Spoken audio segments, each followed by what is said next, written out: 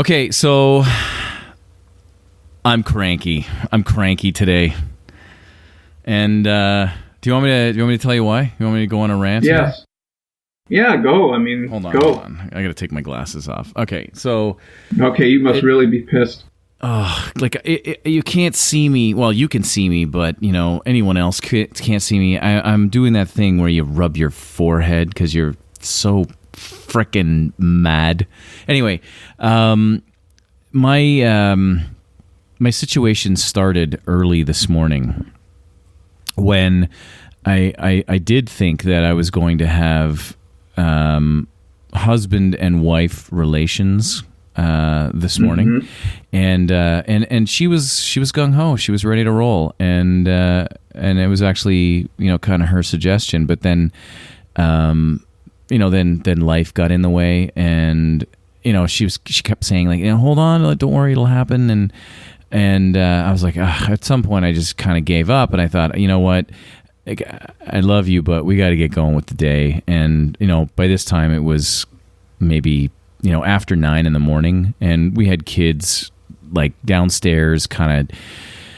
Making a lot of noise, and I kept thinking, this is just not going to happen. So, and it was supposed to rain today, and I thought, I got to cut the grass. I got to, we had one kid had to go to a party like about a half an hour away, and then we had to stay out there and then bring that kid back and then take another kid to another party, and I just kept rolling this over in my head. I'm like, this is not going to happen. So I got out of bed, and I was like, I'm starting my day.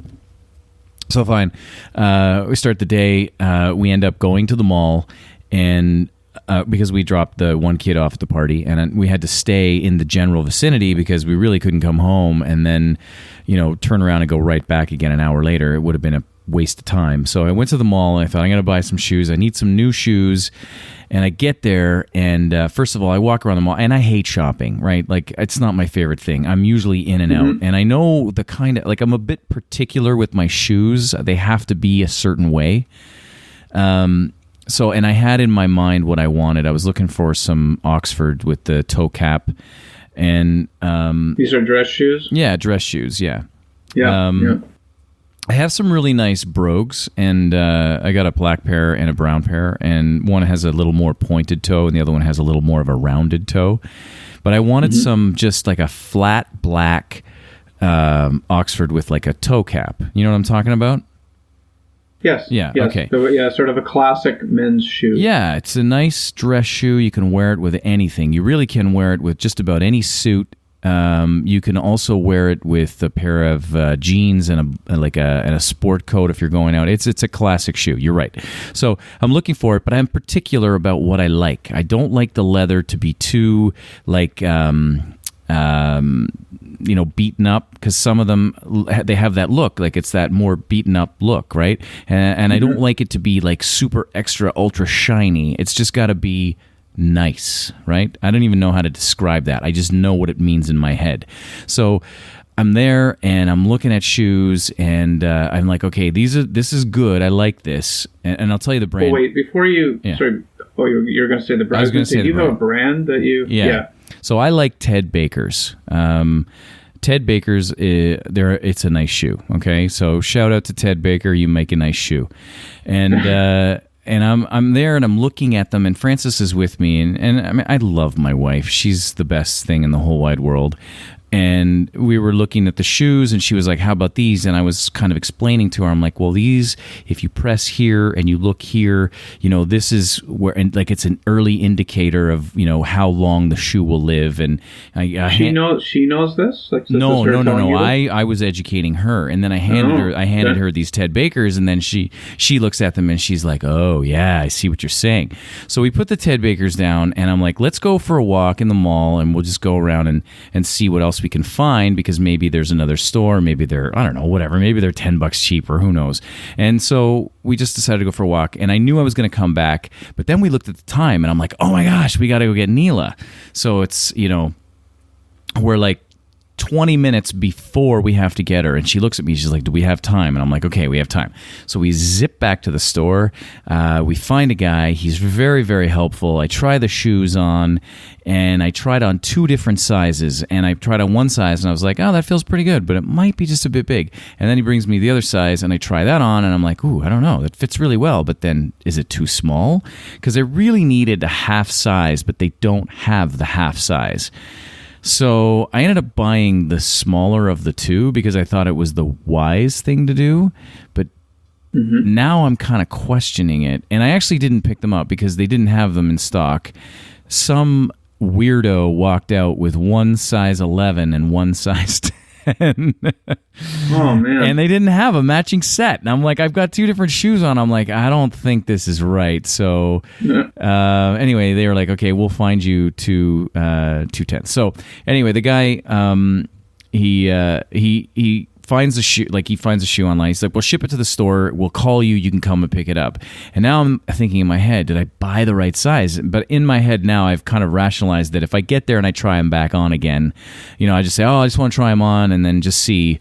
If I don't like it, I can always go for the other size. And hopefully they have that. And if they have to ship it, they can send it to my house. So I'm really glad I talked about that because now I actually feel better. In the 5 minutes it took me to explain that, I actually feel a little bit better about it.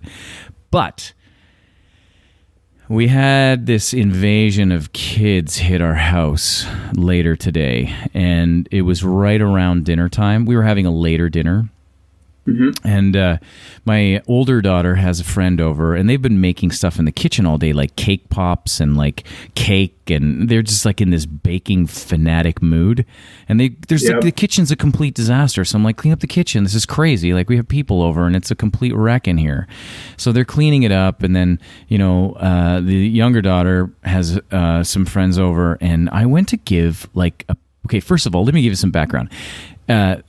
She's got a few friends that are a bit snotty, and when they come to the house, they kind of ignore me, and I kind of don't like it, and I'm really sorry, but a 10-year-old in my house, I'm so mad right now. I really want to go down and say, all of you get out. You don't treat me with respect. I don't want you here. Go, leave my house. This is my house. I get to say what goes on here. I don't have any privacy right now, so right now I'm hiding in my bedroom, and I'm talking to you, and I'm angry. I'm fuming right now. So that's a little bit. That's just a sort of like a little segment of the day. That's okay. Well, I hope it does help to talk this through. I feel better listening to you. To be honest, is that the same kind of things irk you? Oh, absolutely. And as you know, we both know that recording this podcast at the best of times can be quite challenging because of a few reasons. Number one, we're both located in completely different geographies, and our time zones it's right now 13-hour time difference. So lining up a time for us to record is not always easy.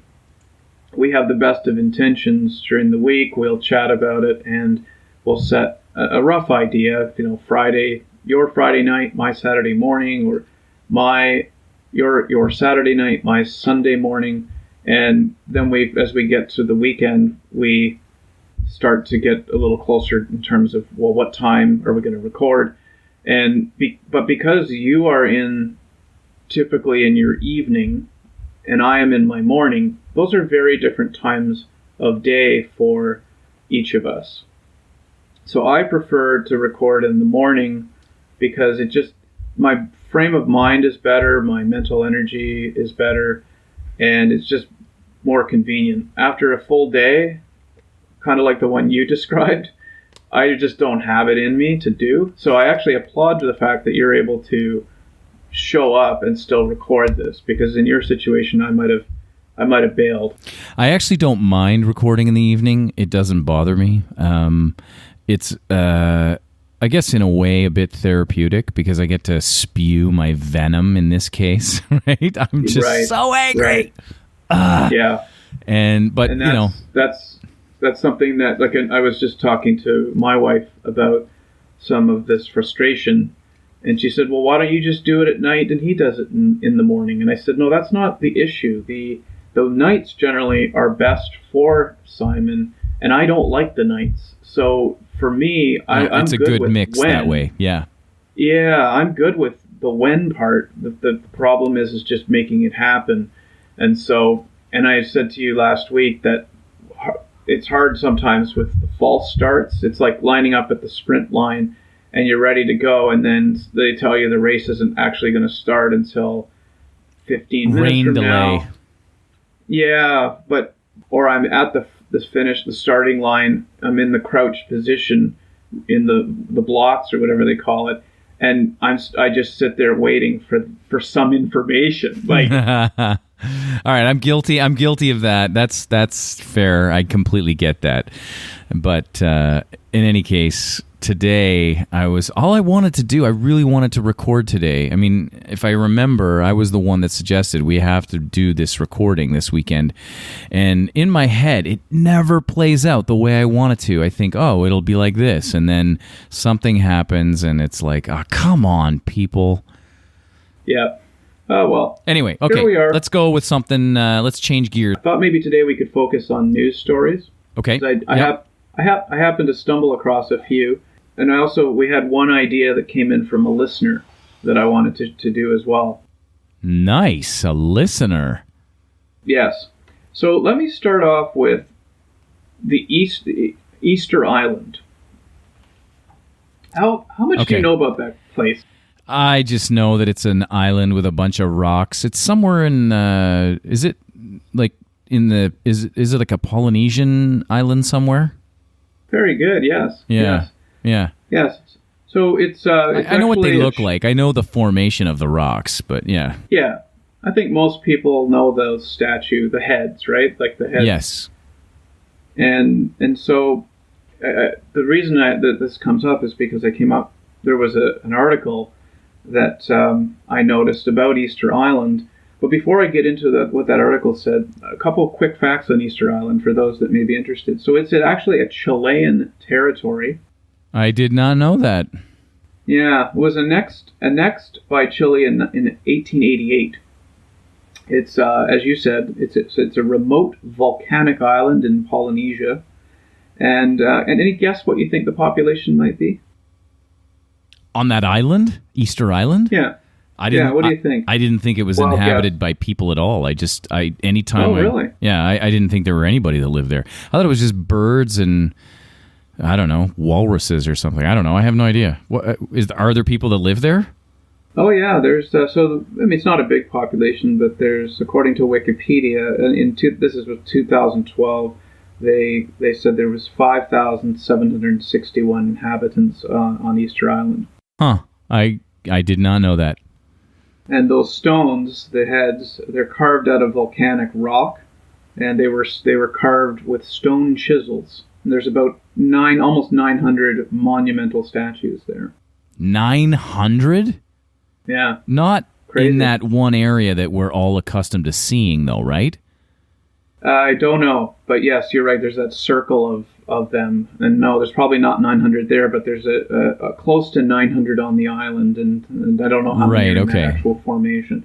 So the thing that grabbed my attention. Hold on, wait 1 second. Are they in a circle, or are you thinking of like no. think, yeah, you're mistaken. I think I'm thinking Stonehenge. You're thinking of Stonehenge. Yeah. Yes. Yeah, there we go again. What do they call those circles? They're like I forget now. Not crop circle. No, it's not a crop circle. It's like a circle of so you know what? Whoever's listening to this is like, you idiots, it's this. I know.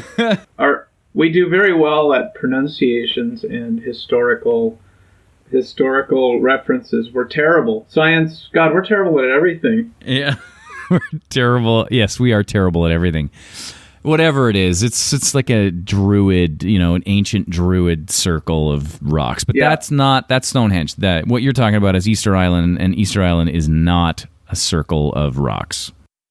Yes, I was mistaken there. So, last couple of details. 2,000 kilometers away is the closest inhabitants of somewhere else. They're 2,000 kilometers away from any other people or land. So what reason I bring all this up is because the article under Weird News was Easter Island statues threatened by nose pick selfie snapping tourists. Okay. Funny headline. Yeah. Okay, go on.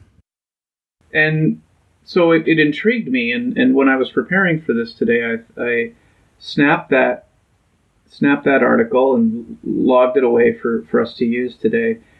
But the interesting thing is that I read the article, and nowhere in the article was there any pictures of selfies of people doing this nose picking thing. So I'm assuming no selfies of anyone nose picking. By the way, why would you take a selfie of yourself nose picking? No, but that's so the statues, and this is what I had thought was what the article was going to be. Picking the nose of the statue, right? Correct. So the article intrigued me, but when I went through it, I couldn't find any. I figured they would throw a few pictures of people picking their noses or picking the noses of the statues. So no, that was not the case. And then I went and I Googled it, and I started coming across 5, 6, 7 articles with the same type of a headline about how the island was being overrun by tourists, but all of them had the headline about nose picking selfies. Okay. But do you know, I could not find one article with nose picking people in it, which I thought was very surprising. An article or a picture? A picture in any article. So of all the articles. But then when I did a Google search and looked under images, I only found one. And I didn't spend a ton of time with this, but I only found one picture of somebody picking their nose, which it bothered me because I figured if this was rampant, then there would be tons and tons of images on the internet of people doing this. And I only found one after maybe searching for 5 or 6 minutes for it. But what bothered me was clickbait. Exactly. I hate that. So that was something I wanted to make a point of, is these clickbaity things that I can't stand it. No. So you know what my favorite one is? The ones that announce a story like, child stands on edge of cliff. You won't believe what happens next. Like those ones are like, oh, God. I hate that. I don't even click on them.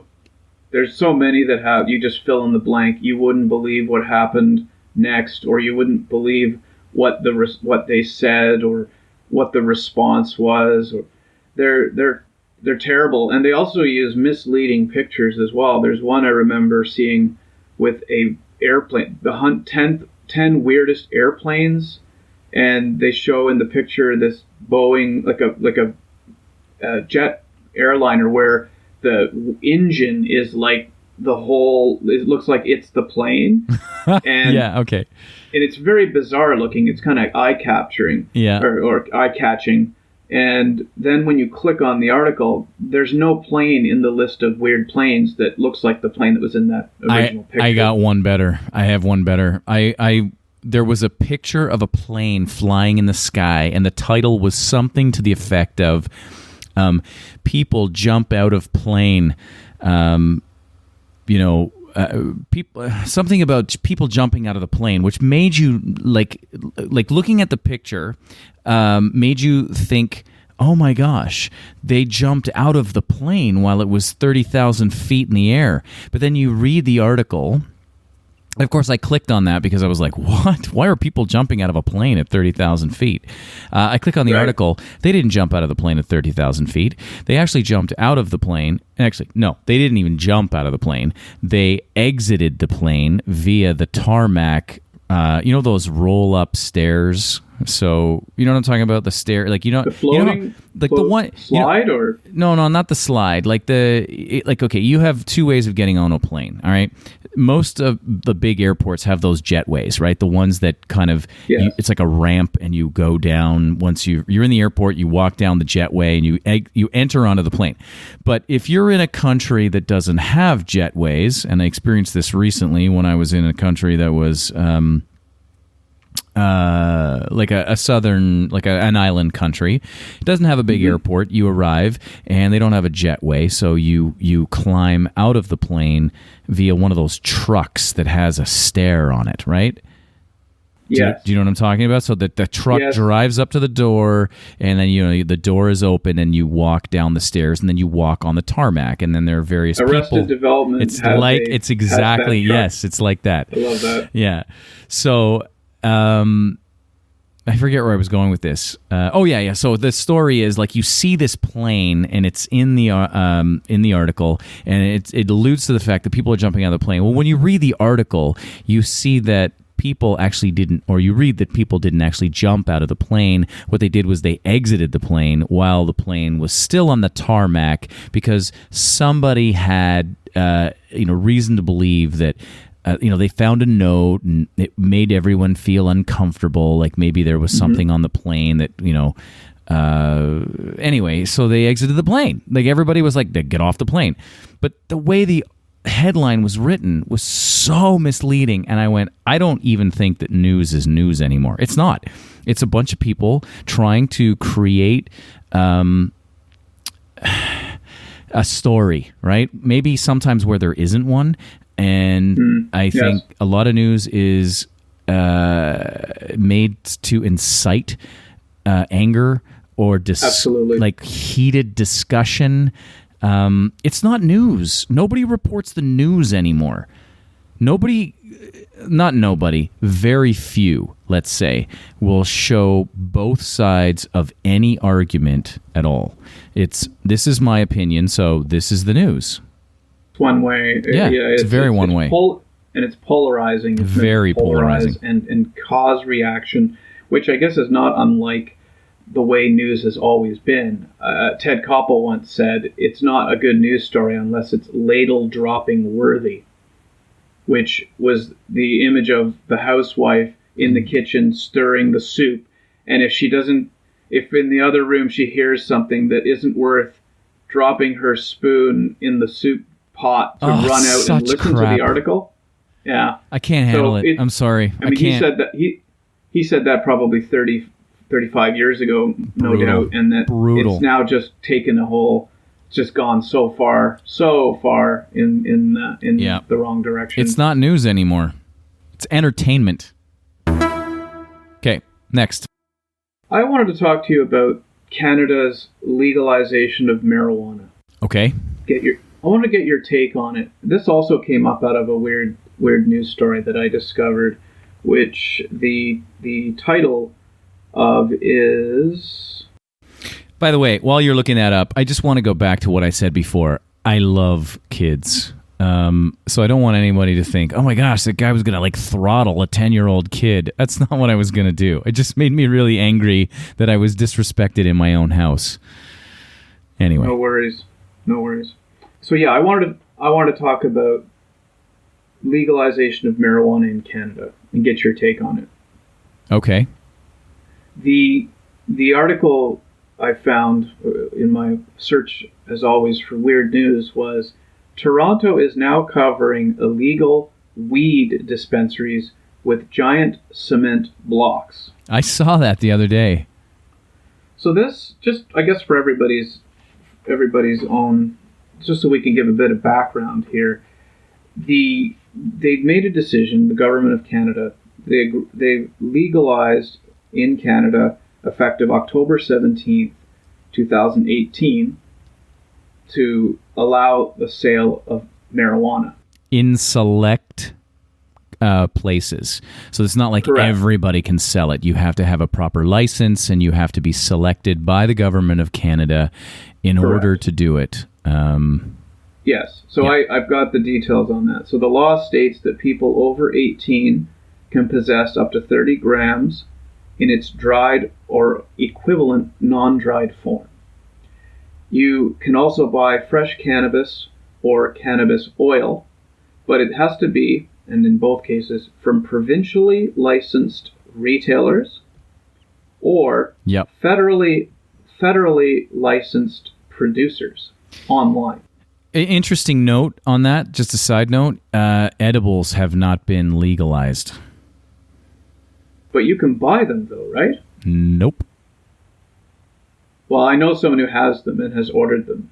So he gets them somehow. And they're in nice packages, and they look professional, like something you would get from a candy company or from a producer of a professional food item. Okay, let me double check on that, because up until very recently, it was not legal to have edibles. I mean, it was.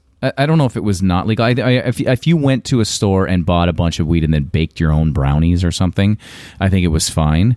But the government of Canada was not selling edibles to the general public. That may have changed within the last, let's say, 30 days. But I don't know. I got to double check on that. Okay. So the last thing I wanted to say is that you're allowed to grow up to 4 cannabis plants per home.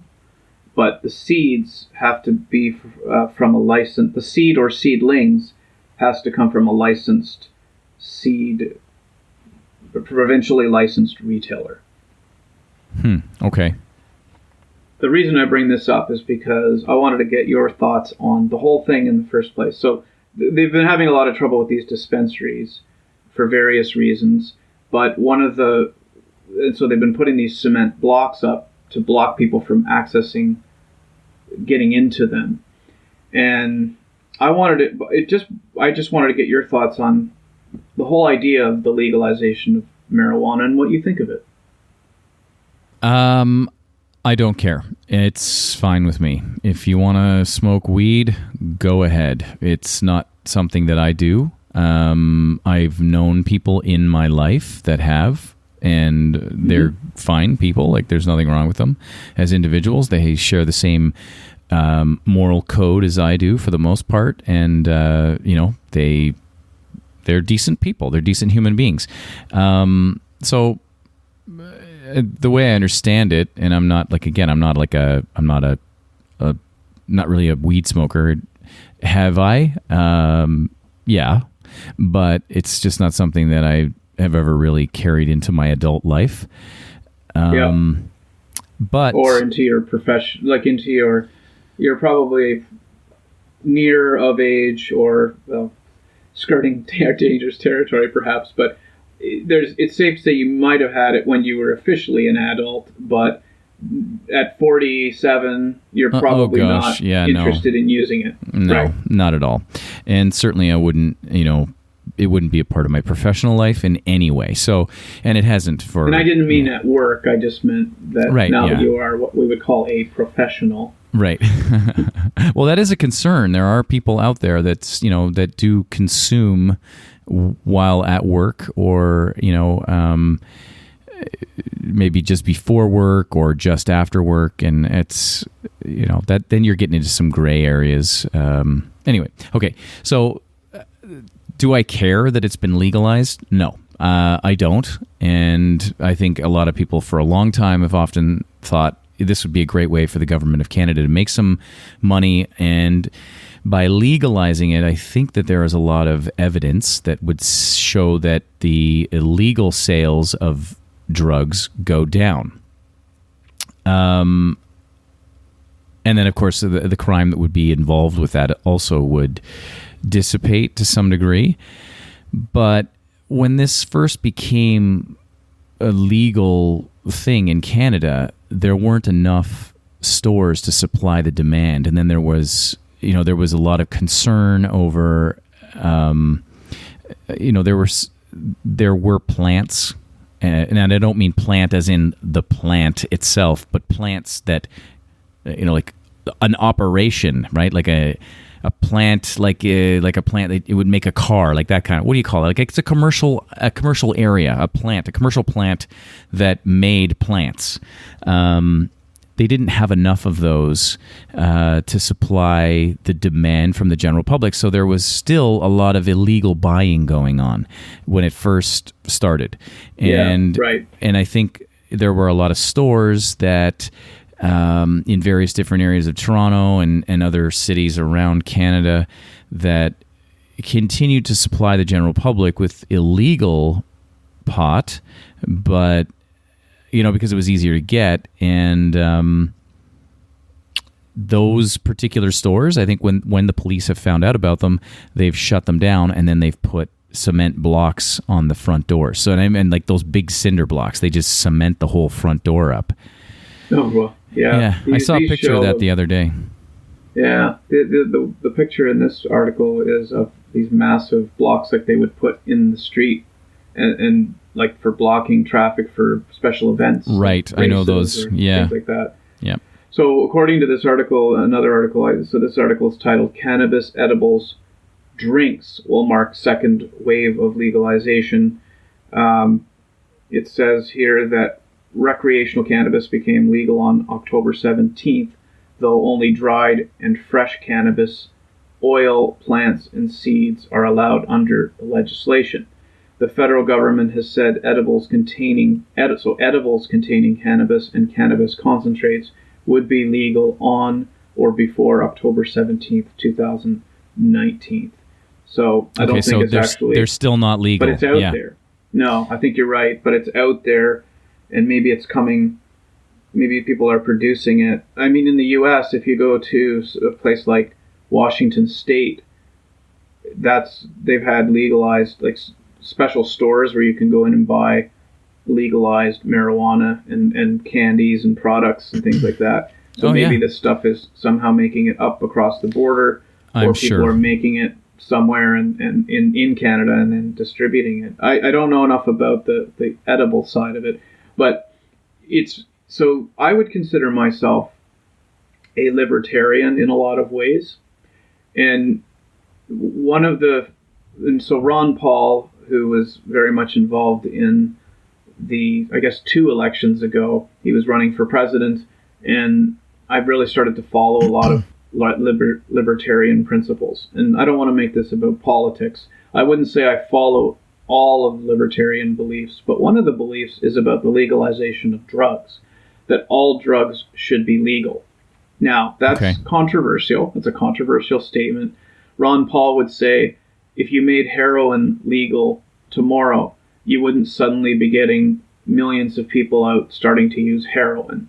That it's not going to cause people to become heroin users if you make that drug legal. I would argue you could. No, you probably won't get millions, but I don't necessarily agree with making a drug like heroin legal. However, I do think that legalization of drugs like marijuana, if you could take things like smoking and alcohol, or cigarettes and alcohol, those are legal, and I would argue in some ways worse, and this could be debated for sure by a lot of people, but I would argue those are more dangerous than marijuana would ever be. There's much more issues relating to cigarettes and to alcohol, and even gambling, if you want to go in that direction. Legalized gambling has its own issues, tons of addiction out there regarding that. So I think the biggest issue I have with the legalization of marijuana is that it actually promotes smoking. Sure. Yeah, I think it does. Even though it's not the only way to consume it, i.e. edibles, but at the moment, the legalization of marijuana, I believe the whole smoking thing has sort of fallen by the wayside. I know you can consume definitely. It through other methods like vaping. I think you can vape marijuana, and there's debate whether that's e-cigarettes are just as bad or almost as bad as real cigarettes in a different way. I think the smoking thing has become a bit like it's sort of been shoved to the side. That many people will consume marijuana via smoking it, and yes, to me, we're forgetting about that aspect of how we're trying to curb smoking, putting horrible-looking cigarette labels on cigarette boxes and hiding them in the stores, all of those things, and that marijuana is actually a very common way to consume marijuana is by smoking it. Yeah, I don't know enough about the effects of marijuana smoking and the smoke itself on, like, the effect on the lungs. But I think with cigarettes, it's very well documented that you've got like over 200 chemicals and poisons that are, in minute quantities in both the filter and the paper and the tobacco itself. I don't think the same is true of marijuana, but I don't know for sure. Again, I don't have any statistics in front of me. I'm just basing this on what little knowledge I have. Those that smoke marijuana will tell you that, it helps them with a lot of different things. I mean, there are elements of marijuana that are medicinal. Yes. That will ease stress. Definitely, there's research that proves that it eases pain. Anxiety. Although I will tell you this, I've had some pretty anxious moments many, many years ago when I had used it in, the few times that I have.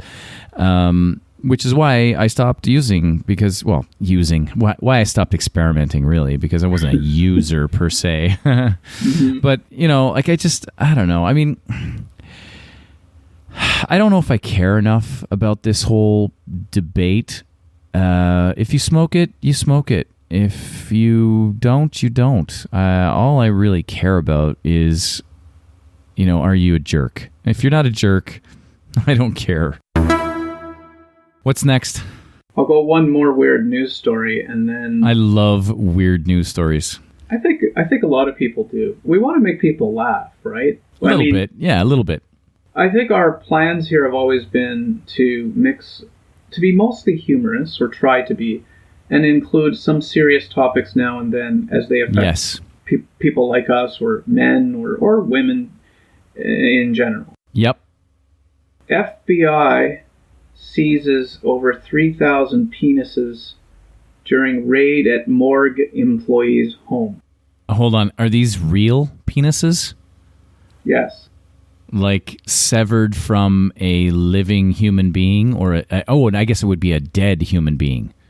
Correct. This guy works in a morgue. Okay, so he works in a morgue, and over a period of a number of years, I'm assuming, he's severed the unit off of many men. Yes. Give me a second here. I want to open. Yeah, give me some more information. I need to know. Oh no, it's fake. Fake news. Oh, it's fake news. I should have called that. Damn. Okay. Yeah. It says, fact check. The headline is FBI seizes over 3,000 penises. Okay, hold on. Stop. Start again, and then let's go with it, and then one of us can call fake news. That can't be real. And then we didn't, though. What do you mean? We didn't think it was fake, or neither of us thought it was fake. I know. That's what I'm saying. We can go back and say that can't be real, and then isn't that like creating fake news in of itself? Yeah, maybe. So Snopes clever editing. Yeah, Snopes has actually declared this fake news. There is no truth to this story. The World News Daily Report is a well-known purveyor of fake news that has a long history of publishing misinformation.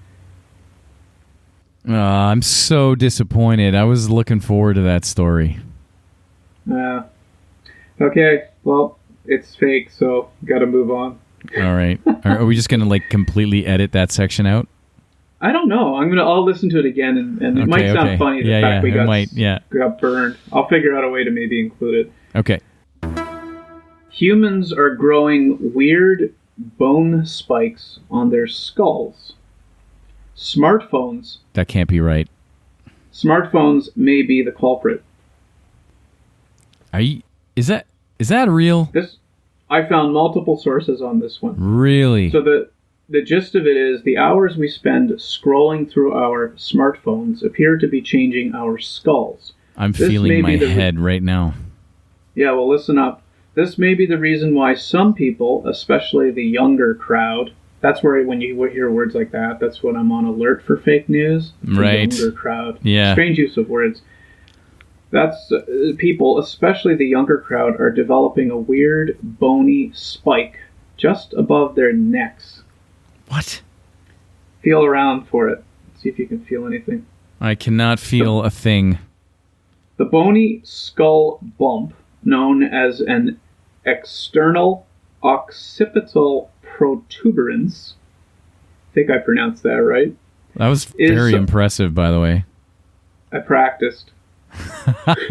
Nice. Yeah, I might have practiced it wrong. So the external occipital protuberance is sometimes so large you can feel it by pressing your fingers on the base of your skull.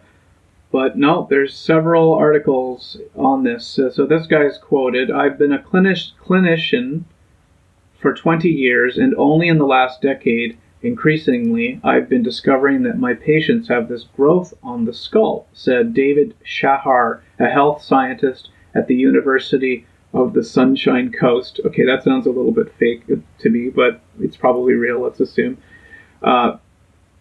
David Shahar, a health scientist at the University of the Sunshine Coast in Australia, told the BBC in a fascinating feature about the changing human skeleton. And it goes on to say that there's other times in history where the skull has changed due to things that have happened throughout our evolution. I don't even know what to say, because I feel like there were some triggers there that would make me think that it's not necessarily real. I've been feeling my head the whole time, and I'm like, I don't think this is real. Where is it supposed to? It's at the base of your skull? No, so it's between the neck and the skull at the back.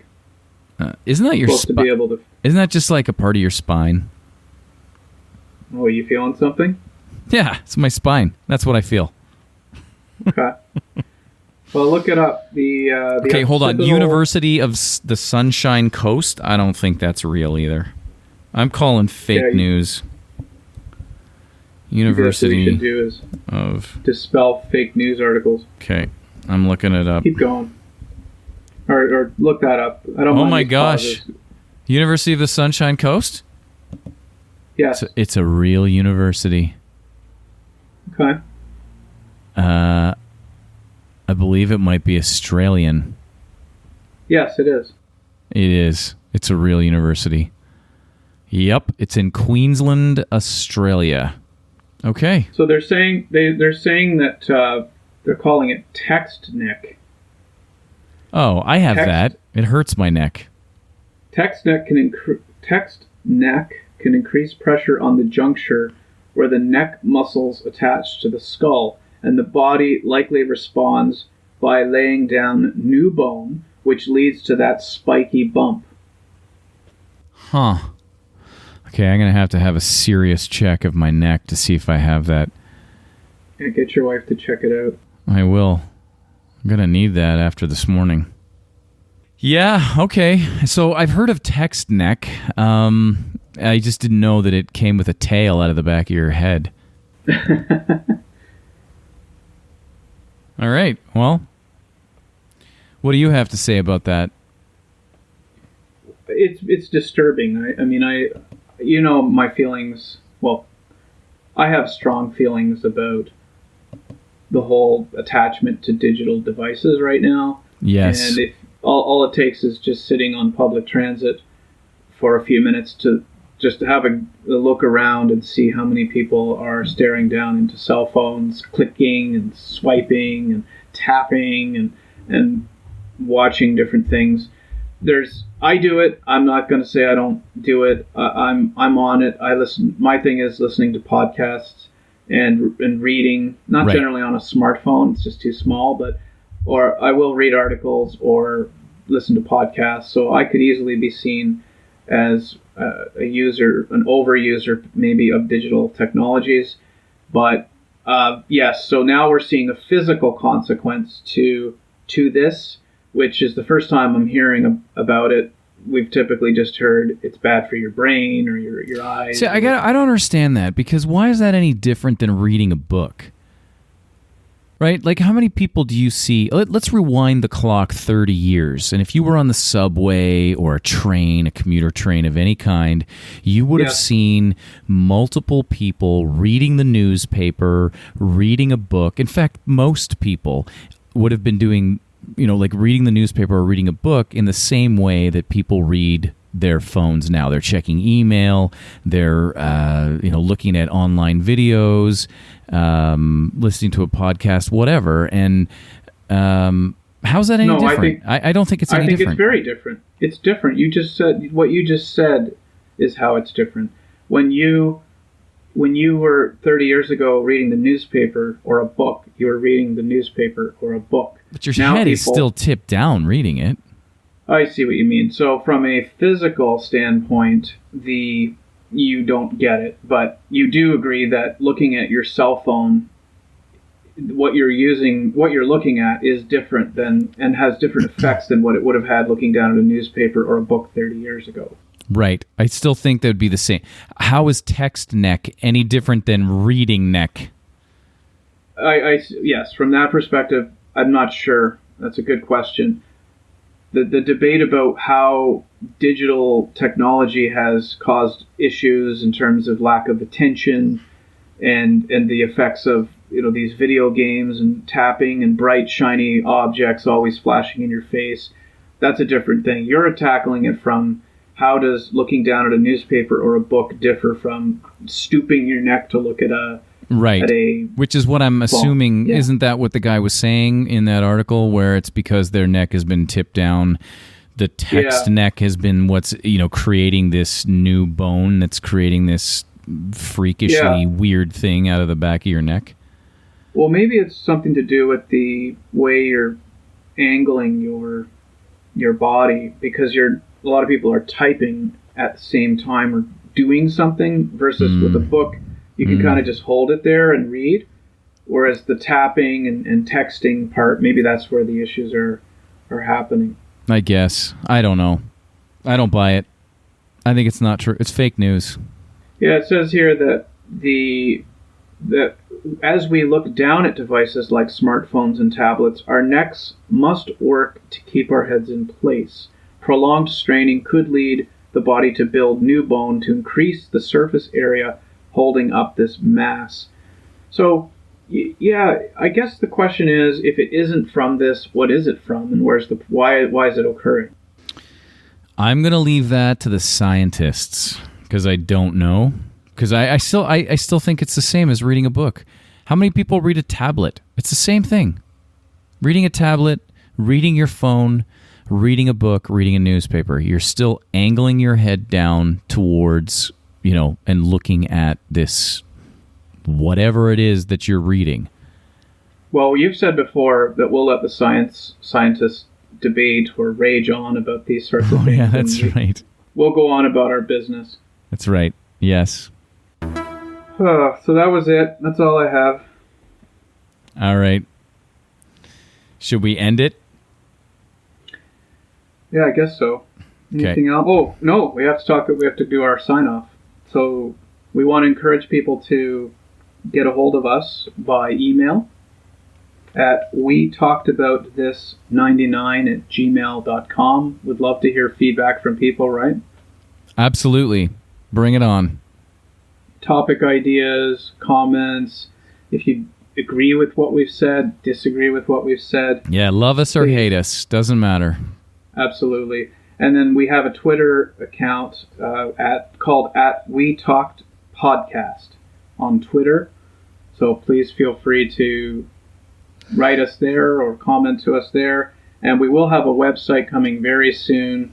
And I won't announce what the website name is until it's live and ready to go. So hopefully by next episode we've got that up and running. But yeah, please, we really encourage people to write to us and let us know what you think. It would be great to have the interaction. Absolutely. See you soon.